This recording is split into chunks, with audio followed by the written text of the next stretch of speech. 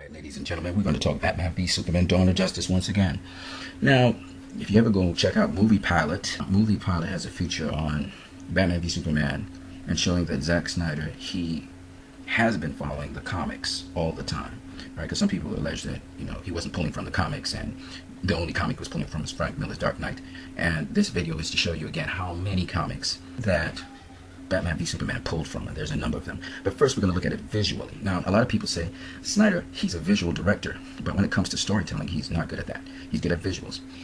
We're going to first tie in the visuals. We're going to tie in the visuals to the other comics. And one thing we can say about Zack Snyder, he's quite visually accurate to the comics. So we're going to look at that first. And then the next thing we're going to do is we're going to look at the content of the different comics. And we're going to see how much he drew from the different themes and plots and stories and the actual characters themselves from those comics.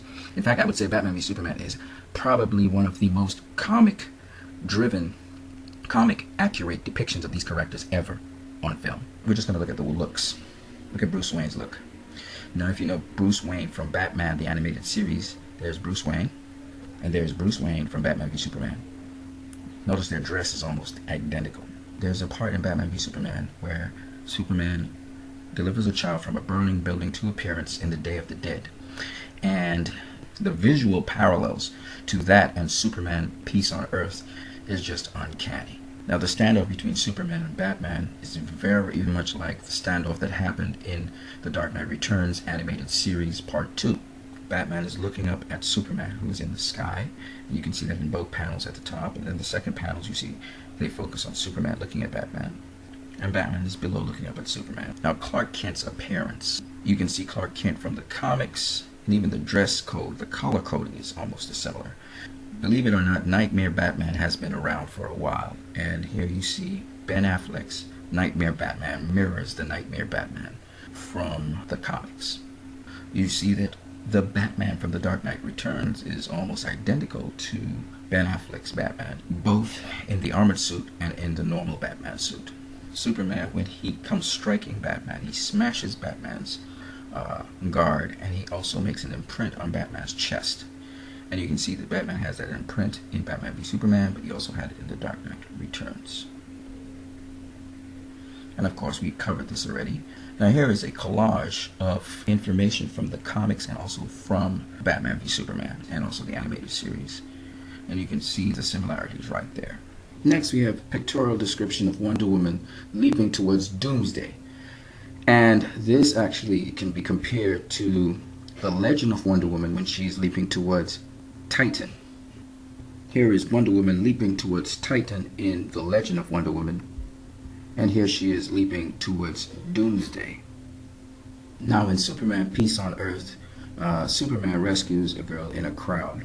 Depiction that's very similar to what happened with Superman when he rescued the young girl in the burning building. In this case, this young girl, she fainted off when Superman swooped down and saved her from a crowd, trampling her.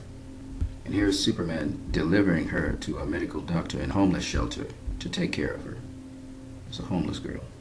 Very much like how Superman relayed that girl from the burning building to her mother. It's really interesting how it's very similar.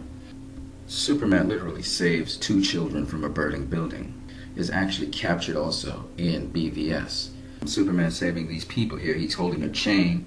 In Batman v Superman, he was pulling a ship on ice which had fallen on its side. And he was pulling that ship out of the ice freeze area. He's also saving flood victims by pulling them on a roof. See, there's a flood here, and there was a flood at BVS when they were illustrating Superman saving people. Then we have this familiar photo we just captured before, where people are actually worshiping Superman because he brings food supplies to them as he's about to drill underground through the earth. So you see people worshiping Superman here. In Superman Kingdom Come, we see that Superman has abandoned the world and he has started to work by himself, alone, on a farm. And we learn later, through his conversation with Wonder Woman, that he had given up inspiring people and bringing hope to mankind. And the reason was because of a gentleman named Magog. Magog was the new type of superhero. A superhero who would not have problems killing and being very aggressive towards villains. Much chaos happens in the world now. Superheroes battle supervillains, and there's much carnage and death. But Wonder Woman is able to encourage Superman to return and be Superman once again. Now, this storyline is very similar in many ways to Frank Miller's The Dark Knight Strikes Back. Not only is it similar in terms of story to BVS, but the iconography, that is how Superman is portrayed. Now, this is a much older Superman, but look at this picture of Superman towering over the people. Similar to the iconography of Superman in Batman v Superman. Superman being above mankind. Here you can see very clearly in this picture. Now, the reason Superman actually left mankind is explained by Magog. Magog shows that he was able to kill the Joker, which had been terrorizing Metropolis, and Superman hadn't been able to capture him. Superman brought Magog in, and in a trial, he was exonerated. And Superman was seen as old school and one who was just there to put an impediment in the way of this new form of justice.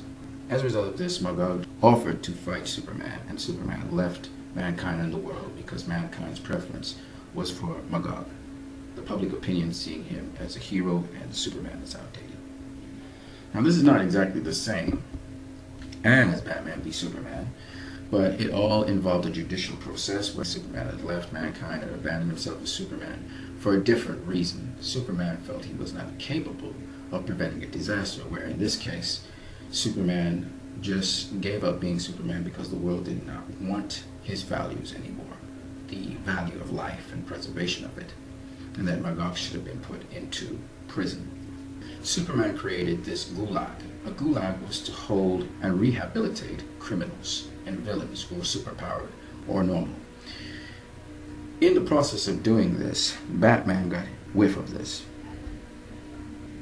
And Batman actually joined together with Lex Luthor and company because he knew that Superman was building a gulag.